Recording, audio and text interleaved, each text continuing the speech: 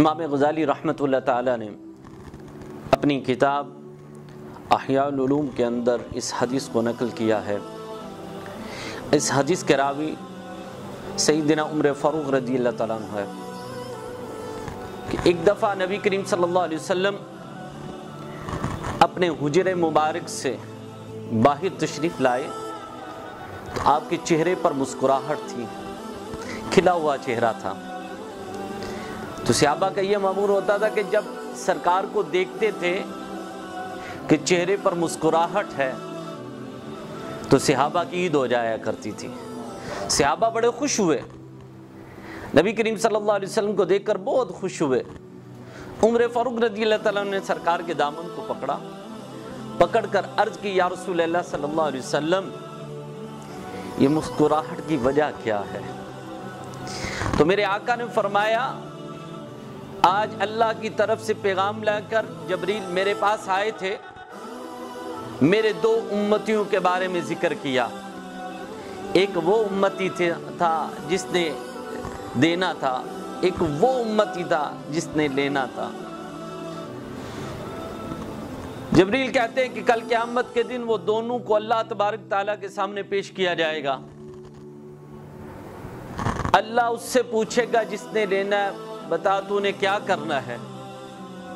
تو وہ کہے گا میں نے اس سے لینا ہے۔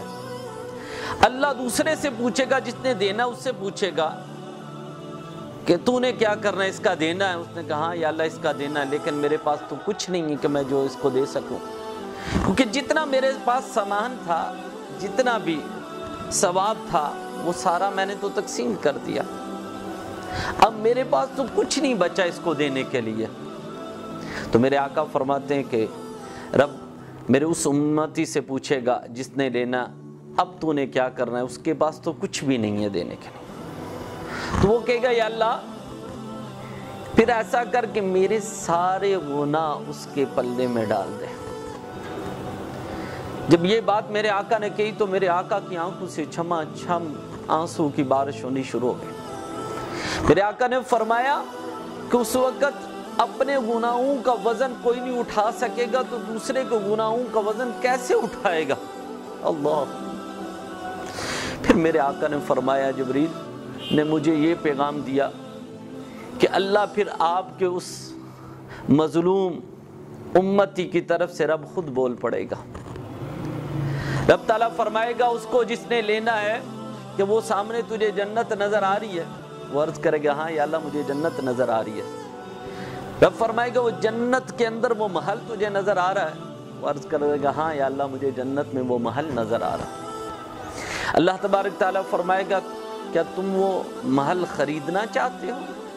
وہ بڑا خوبصورت ہوگا، جو موتیوں سے جڑا ہوا ہوگا، سونے کے دروازے ہوں گے، بڑا ہی خوبصورت ہوگا۔ تو میرے آقا فرماتے ہیں میرا وہ امتی جس نے لینا ہے وہ عرض کرے گا یا اللہ میرے پاس تو کوئی ایسی چیز نہیں ہے کہ جس کے بدلے میں اسے خرید سکوں۔ تو رب تعالیٰ فرمائے گا ہاں تو خرید سکتا ہے۔ وہ عرض کرے گا یا اللہ میں کیسے خرید سکتا ہوں؟ تو رب تعالیٰ فرمائے گا تو ایسا کر اپنے اس بھائی کو تو معاف کر دے، اس کے بدلے میں جنت کا محل میں تجھے عطا کرتا ہوں۔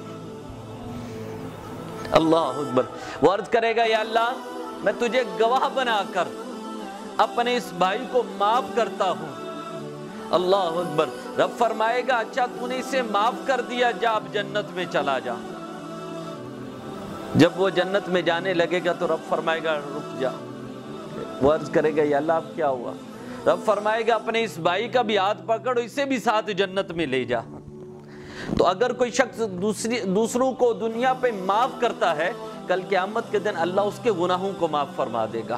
اگر دنیا پہ آپ لوگوں کے عیبوں پہ پردے ڈالتے ہیں، کل قیامت کے دن اللہ بھی تمہارے گناہوں پہ پردے ڈال دے گا۔ اس وجہ سے دنیا پہ لوگوں کو معاف کرو، اللہ کل قیامت کے دن تمہیں معاف کر دے گا۔